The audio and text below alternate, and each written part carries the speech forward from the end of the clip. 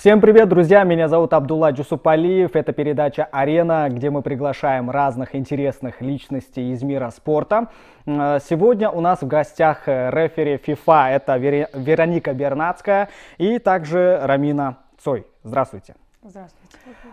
Давайте сразу же с самой, наверное, актуальной темы. Недавно появилась информация о том, что Рамина Цой, вы будете судить чемпионат Азии. И какая у вас была реакция? Ожидали ли вы вообще, что вы будете судить? Какие у вас были эмоции? Ну, в первую очередь, когда я получила назначение, конечно же, я обрадовалась. В любом случае, это положительные эмоции. На такой уровень выезжаешь. Ну и в целом сразу же чувствуется ответственность, потому что ты будешь представлять свою страну. И в целом, в общем, чувствовалась ответственность. Ну, до этого вы на каких турнирах еще работали? На международных? Да, международные игры были, да, конечно, были квалификационные игры, это были Ю-16, Ю-19. И, наверное, такой тоже один из самых хороших турниров, игр даже был, это плей-офф на Олимпийские игры. Мы с Вероникой вместе ездили, Вьетнам против Австралии играл, ответный матч за выход на Олимпийские игры. Угу. Вот. Эти матчи. Ну, то есть на чемпионате Азии вы будете впервые работать? Да, на чемпионат Азии, да, это впервые будет для меня. Вы работали до этого на чемпионате Азии, может быть, на других? Нет. Ну, я ездила на отборочные, мы вместе с Раминой были на отборочных матчах, но на чемпионат Азии еще пока растем. Ну, возможно, что в будущем, да, вы поедете. Вы, например, на каких-то там до этого, ну, например, в Кыргызстане, какие чемпионаты вы судите? И вообще, наверное, волнительно судить именно чемпионаты, именно международные, потому что там ответственности больше. Ну, в любом случае, когда ты выезжаешь, это волнение, переживание, ну, нам нужно брать себя в руки, выходить и делать свое дело. Угу. Бахадур Кочкаров уже несколько лет возглавляет, да, судейский корпус.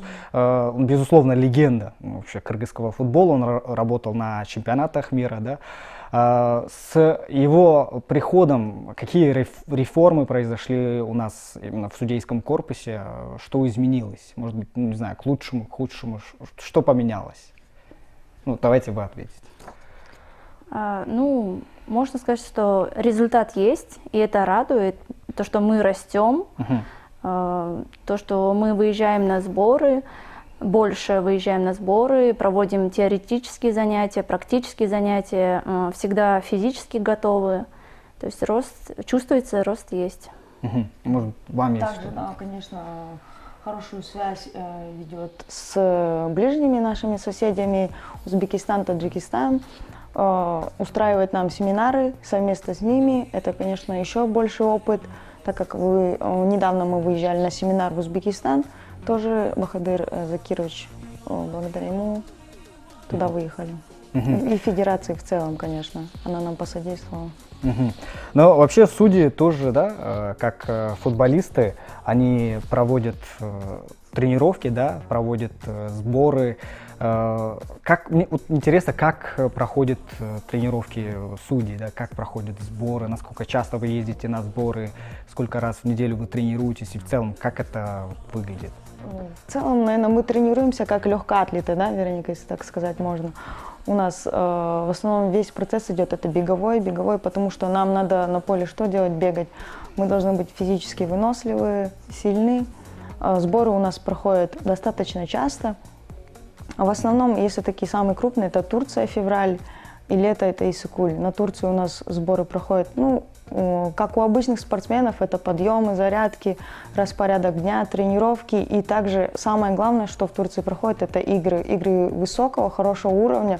Туда приезжают команды разных уровней и дивизионов, да, так сказать, и с разных стран, в том числе с Европы, поэтому там очень хороший уровень и опыт получаем в Турции. Вот я в начале эфира вас представил как рефери FIFA, да. Обычный человек, может быть, это не знает, да, что это значит. И как вообще получить такой статус рефери FIFA? И вообще в целом же там же категории А, Б, С, там профессиональные, как-то делится же все это? Это больше у тренеров делится А, Б, С, а у судей сначала ребята, которые приходят, хотят заниматься судейством, они проходят школу футбольного арбитра, получают категорию судья по спорту. Далее, отсудив определенное количество матчей, получают первую категорию, национальную категорию. Ну и если есть возможность, если ты себя хорошо проявляешь, уже дальше международная категория – это FIFA. Рефери FIFA становишься. Ну, как можно понять, хорошо ли ты себя проявляешь, вот как судьи поднимаются вот по карьерной лестнице? Ну, то есть смотрят на матчи и на какие критерии вообще обращают внимание? Вообще у каждой страны есть определенное количество мест, квоты.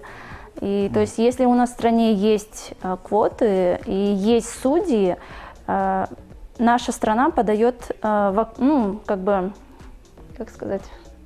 Заявку. Заявку, да, если можно так сказать. сказать. Подает заявку, что у нас есть девушка, у нас есть судья, и дальше уже проходит отбор на Азии. То есть на уровне Азии тоже проходит. Мы также проходим там фитнес-тест, даем, теоретические занятия, правила, практика, на тебя смотрят, тебя оценивают, обязательно твой английский язык. И Физические качества. да, физические качества обязательно. Если ты уже себя там проявляешь, опять же, тебе дают возможность. У ребят, они проходят рекрутинг, они должны отсудить 3 матча, приезжает международный инструктор и просматривает их. У девочек немножко полегче, возможно, девушек поменьше, поэтому немножко полегче. Но раньше тоже был рекрутинг, сейчас его убрали у девушек. Например, матч проходит, один матч, да, вы отсудили, и как вы анализируете эту игру? Например, Бахадур Кочкаров к вам приходит или каждую игру, ну как это вообще процесс проходит? На каждую игру назначается бригада, и за ней закрепляется инспектор матча, который просматривает игру, он делает в целом анализ, и в конце игры мы вместе с ним садимся, он нам поминутно рассказывает, где какая ошибка, возможно, была, положительные стороны, что нужно улучшить. И когда уже появляется само видео, уже мы с нарезками смотрим, смотрим, что как было, и дальше стараемся анализировать и исправлять эти ошибки.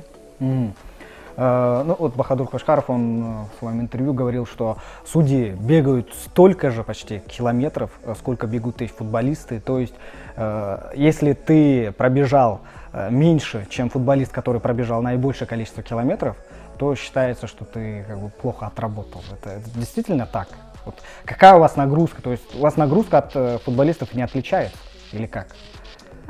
Я как судья в поле могу сказать, что отличается, потому что, ну, игра в защите, например, защитник, он бегает меньше, он бегает по своей зоне, то есть в основном от ворот до середины, а судья, он должен всегда находиться близко к моменту, и у судей больше километраж, чем у игроков некоторых, да, смотря какая позиция у игрока.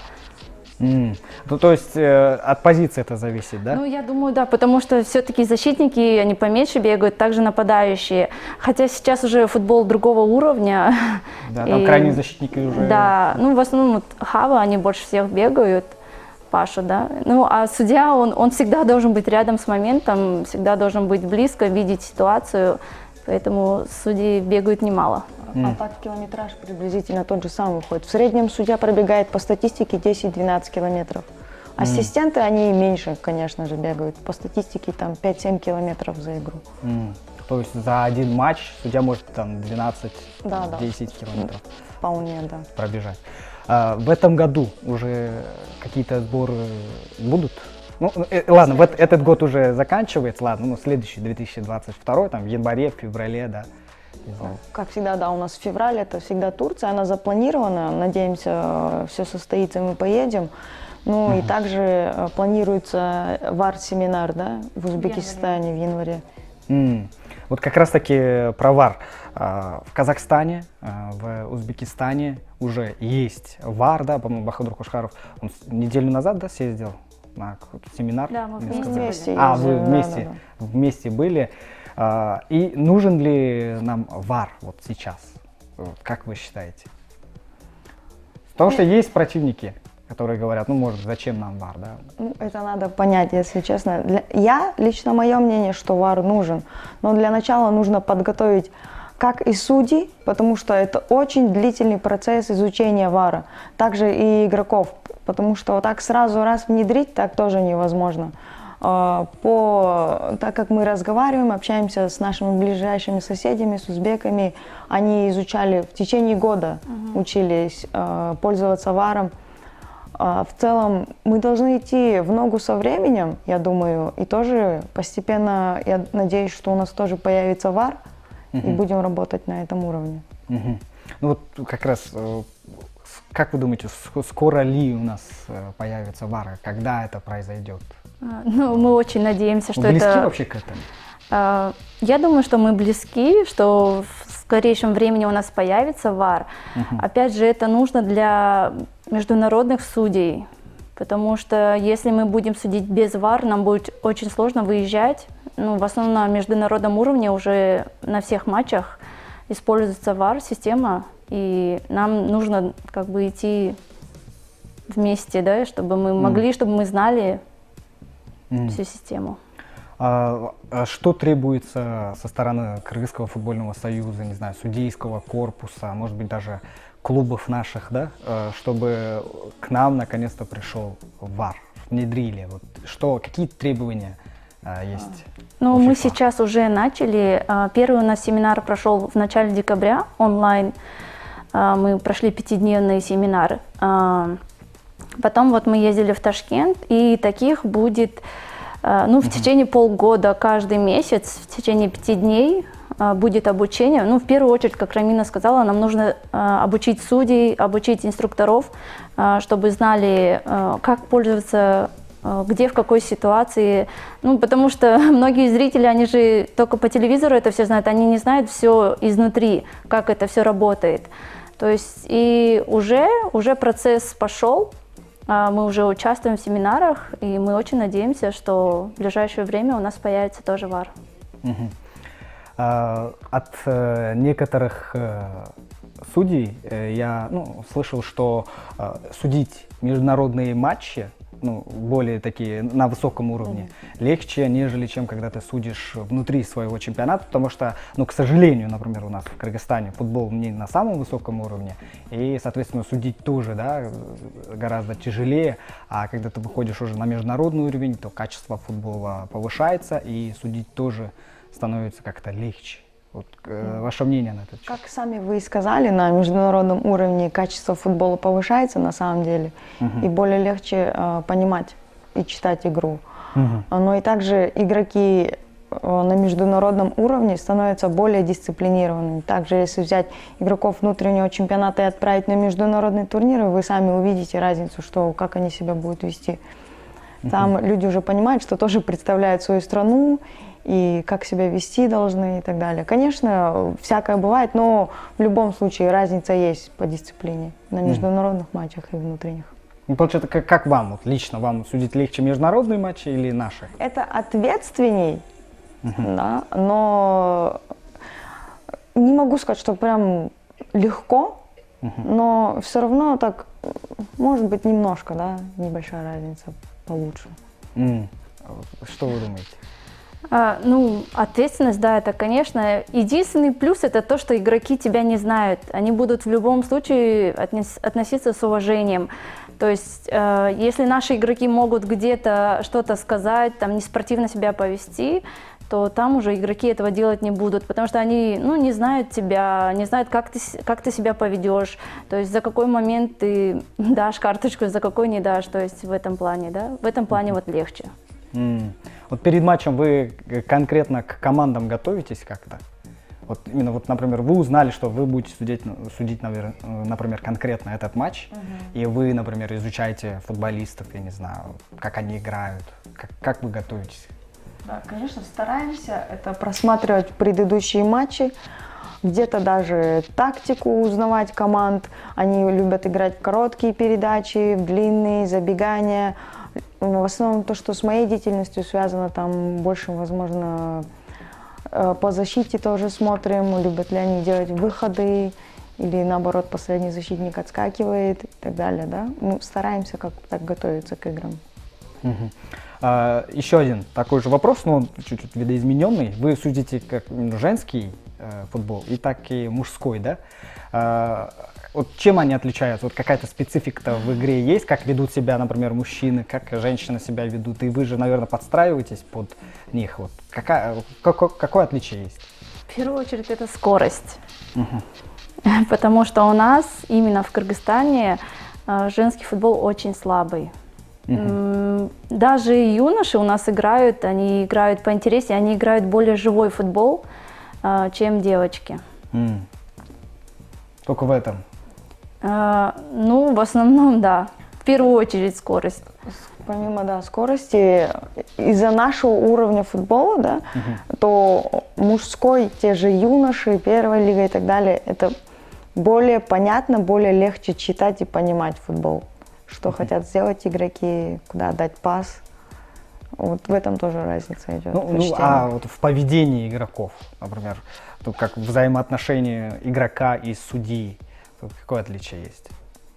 Ну, мужской футбол более агрессивный, можно так сказать, больше борьбы, больше возмущений, если где-то что-то не так. Если девочки играют, они как бы ну, тихо, спокойно, да, если нету свистка, нету.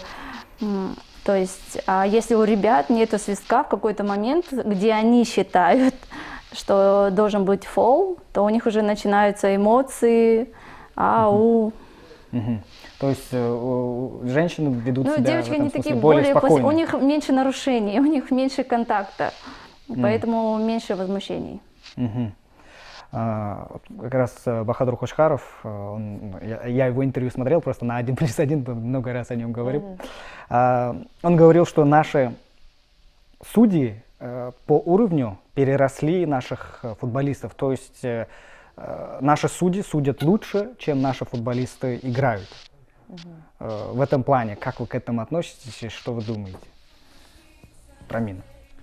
Ну, в целом, если брать результаты наших судей, то того же Бахадыра Закировича, который ездил дважды на чемпионат мира, судил Олимпийские игры и так далее, уже по результатам, да, можно, думаю, немножко уровень сравнивать. Ну, на данный момент немножко затишье в нашем судействе в плане мужчин, но надеемся, что в скором времени у нас есть подрастающее поколение, ребята, которые тоже смогут выстрелить на международном уровне и докажут то, что судейство у нас на очень хорошем уровне. Ну, вы сказали, что вы за ВАР, да?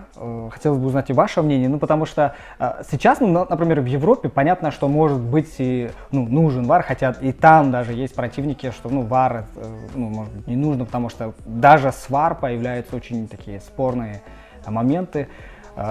Может быть, на таком этапе развития нашего футбола, да, все-таки мы очень сильно отстаем от Европы, может быть, нам и ВАР не нужен, можно бы как-то обойтись, или же наоборот нужен. Давайте вот. Я думаю, что несмотря на наш уровень футбола, у нас тоже есть интересные моменты, есть интересные эпизоды.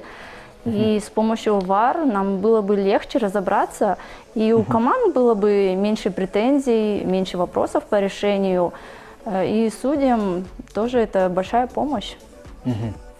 Вообще, насколько ВАР помогает или же усложняет вашу работу? Он, знаете, в то же время как и облегчает, в то же время и усложняет. Это очень сложный процесс. Если в целом брать в том же есть ВАР-судьи, это еще бригада судей дополнительно, которая в течение 90 минут сконцентрированно смотрит матч и каждый божий момент проверяет. Также судья, ему очень нелегко, он должен все 90 минут комментировать, что он видит, как он видит. Если также вернуться в те времена, когда не было даже коммуникейшена, в целом ты судишь, максимум с игроками поговоришь и как-то жестами с помощниками. А сейчас есть все технологии, коммуникейшены. Ты должен на протяжении 90 минут описывать, что ты видишь, как ты видишь. Это все для ВАРа. Я думаю, это тоже не очень уже легко. Не каждый судья может просто говорить на протяжении 90 минут, бегать и говорить. А вот, кстати, насчет разговоров. Вот я слышал, что судейские разговоры, они записываются, да, для анализа или не записываются? Вот, и я была на том же Лиге чемпионов, где и Айджана была наша соотечественница. Там был ВАР, присутствовал на этих играх. И я обслуживала 2 игры с ВАРом как помощник.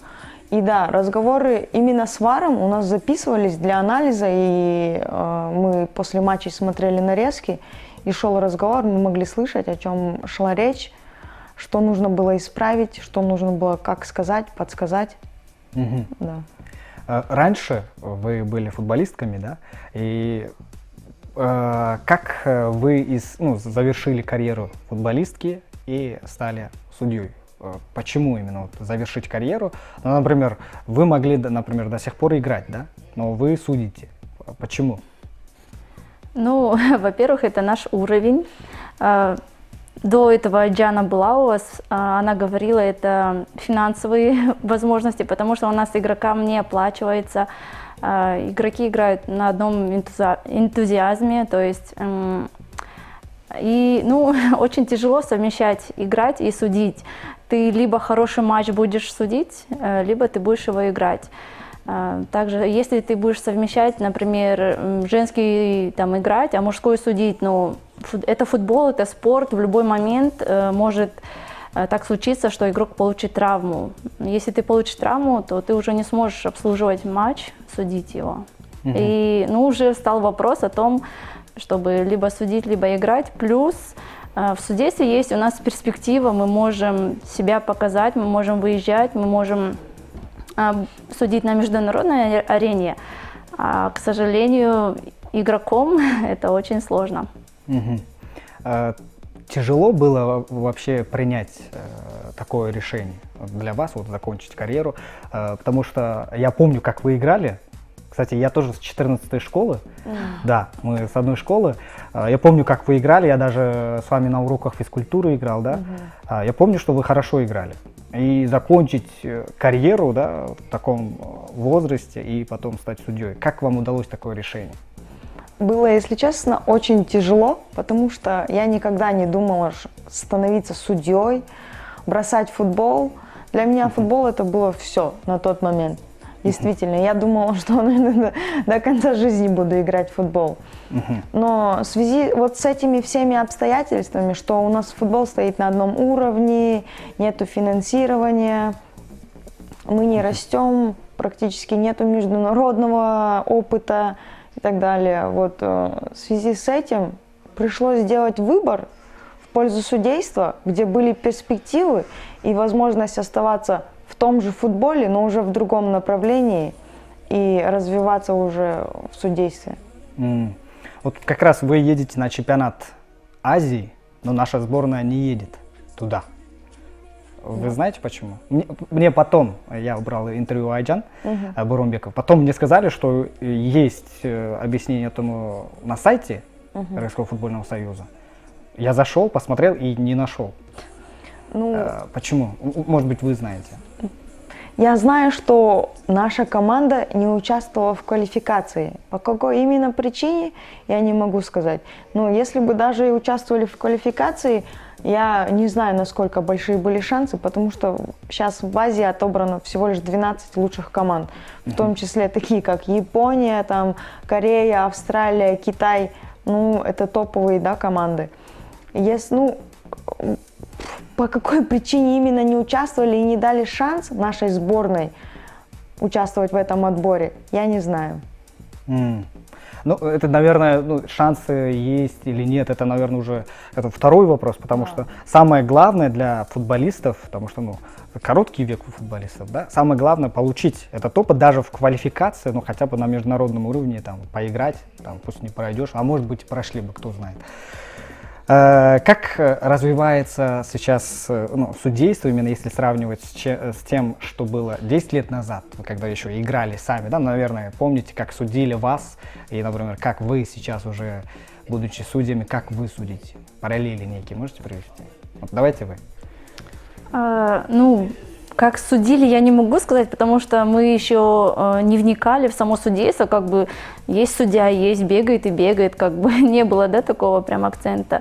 Но если сравнивать с того, что мы начинали, и сейчас, очень виден большой рост в том, что судьи сами больше готовятся, настраиваются, проводят сами анализ, с инструкторами анализ проводится. То есть я не знаю, до этого было или не было именно индивидуальный анализ. Ну, возможно, было, потому что, ну, как бы футбол не первый день живет, да. Но плюс то, что сейчас есть видео матчей, и любой матч можно снять, можно посмотреть свое движение, свои ошибки где-то, свои плюсы увидеть. То есть увидеть, над чем нужно работать и что ты где упустил. Ну и сейчас женщин-судей тоже у нас, да, стало больше. С чем это связано? Вот что делается для развития именно женщин-судей? Ну, у нас насколько больше стало? На данный момент у нас 6 человек. Когда мы пришли с Вероникой, до нас было несколько девушек, но, в принципе, с нашим приходом они и закончили, да, судейство. И с того момента, как мы пришли в судейство, можно сказать, буквально было только я и Вероника. Мы с ней вместе были на протяжении, наверное, 3-4 лет только мы вдвоем были. И вот потихонечку начали подтягиваться еще девочки. Думаю, с чем это связано? С тем, что нам дают возможность судить мужской футбол, дают возможность расти, и есть перспективы в судействе, как говорилось ранее. Бывало ли вообще у вас такой момент, что когда вы приняли решение, и потом через 2-3 секунды, может быть, в тот момент вы понимаете, может быть, и не стоило. У нас же нет ВАР, вы же так своевременно так реагируете, а с ВАР-то можно там поменять свое решение. А как судьи, они же вообще практически не меняют свое решение. У вас был момент, может быть, я зря это сделала? Нет, ну, конечно, бывают такие моменты, бывает, ты видишь нарушение, фол, даешь свисток, но доли секунды раньше, чем можно было применить принцип преимущества, и ты уже, как бы, игроки тоже это понимают, что мяч остался у нас, можно было применить принцип преимущества, но ты уже дал свисток, и ты уже такой, сори, ребят, то есть, ну, и такое бывает, да, такие моменты. У вас были? Может быть, какие-то, может, не знаю, примеры привести? Конечно, были. Знаете, любой судья, самого лучшего судью мне покажите на этой планете Земля, любой судья ошибался и, наверное, вспоминает этот момент в жизни как страшный сон. И у меня были моменты, да, конечно, бывает уже после ты видишь по видео, что ты ошибся, там не было вне игры или наоборот там все чисто было, там ты поднял или... Были моменты.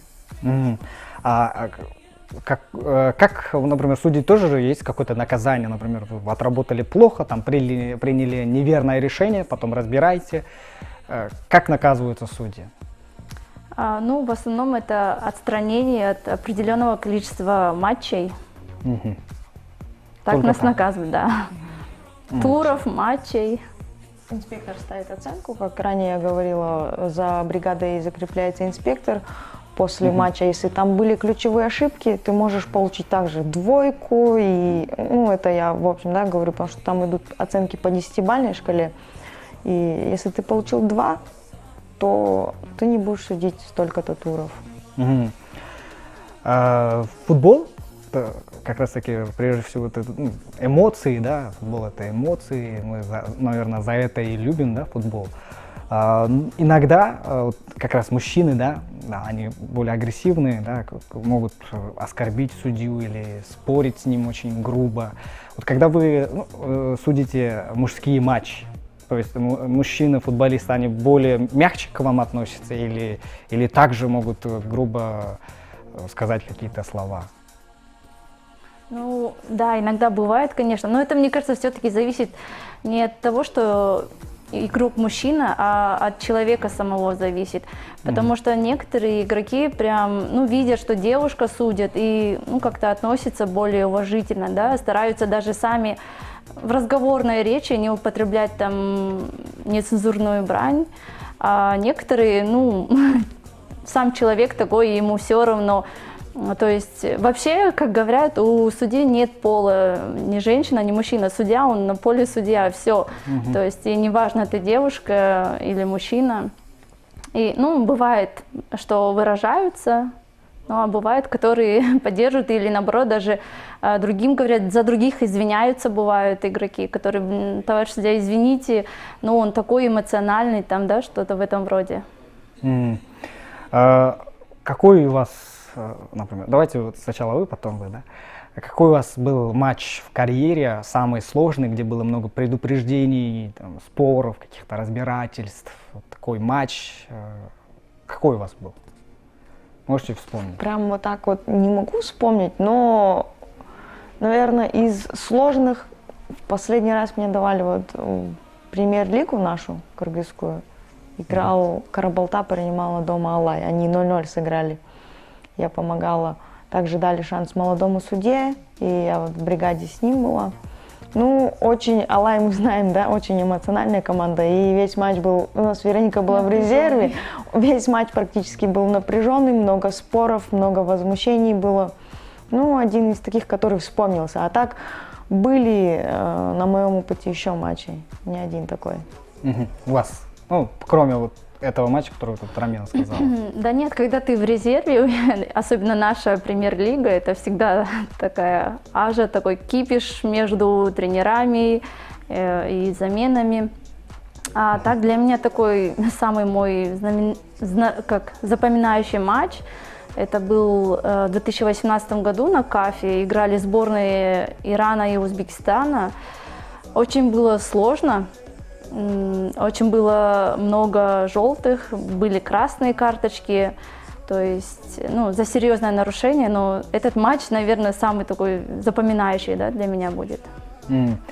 А с какими футболистами именно интересно у нас, да, в чемпионате у нас именно, ну, женском, мужском, можете сказать, сложно работать, потому что есть всегда такие игроки, которые больше всех спорят, больше всех недовольны чем-то, или наоборот больше всех нарушают, с ними надо глаз на глаз смотреть.